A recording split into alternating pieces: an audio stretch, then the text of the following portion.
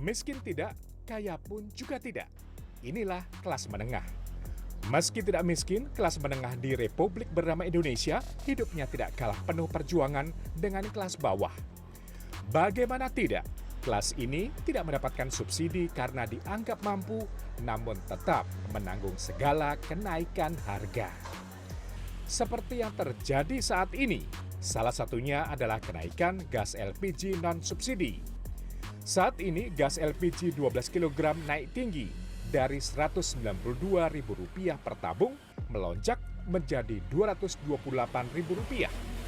Akibat kondisi ini, kelas menengah mengaku pengeluaran mereka semakin bertambah. Bahkan ada yang rela memilih turun kelas, yakni beralih menggunakan gas melon yang jauh lebih murah. Harapannya supaya pemerintah itu bisa ngerti lah, kita yang rakyat kecil ini kan bisa ngerti lah kondisinya kita itu kok semakin kesini kenapa kok malah apa-apa semakin mahal, semakin yang terdampak itu yang kaum bawah kayak gini. Yang tiba-tiba benar-benar meroket, sekarang juga gas itu tinggi banget naik. Udah bukan naik lagi, ganti harga. Itu benar-benar kerasa banget bagi masyarakat seperti kita yang ada di bawah.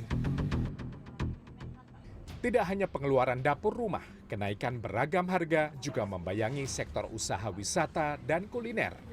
Lagi-lagi, kelas menengah pun harus kuat menerima kenaikan harga karena memang pelaku usaha mulai dari wisata hingga kuliner sangat bergantung dengan kelas menengah sebagai mayoritas pelanggan mereka.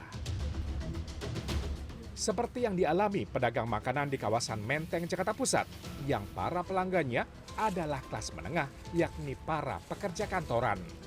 Mereka terpaksa tidak menaikkan harga makanan yang dijual karena tidak mau warungnya sepi pembeli.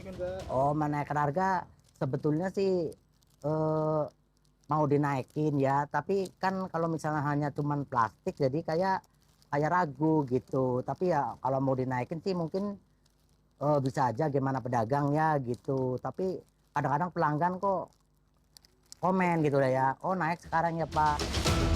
Kelas menengah, bak sandwich kelas, terhimpit atas bawah, tetapi menjadi tulang punggung perekonomian.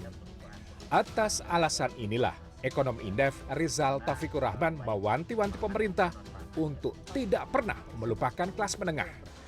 Jika banyak kelas menengah banyak yang turun kelas, dampaknya bisa dirasakan pelaku usaha lain yang bergantung pada daya beli mereka.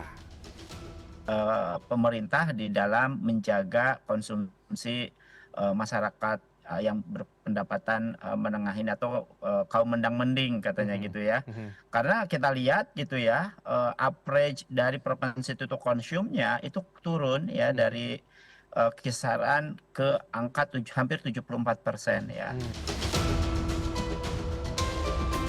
Ekonom Rizal Taufikur Rahman juga menambahkan, kelas menengah saat ini menjadi penyumbang terbesar konsumsi rumah tangga di Indonesia.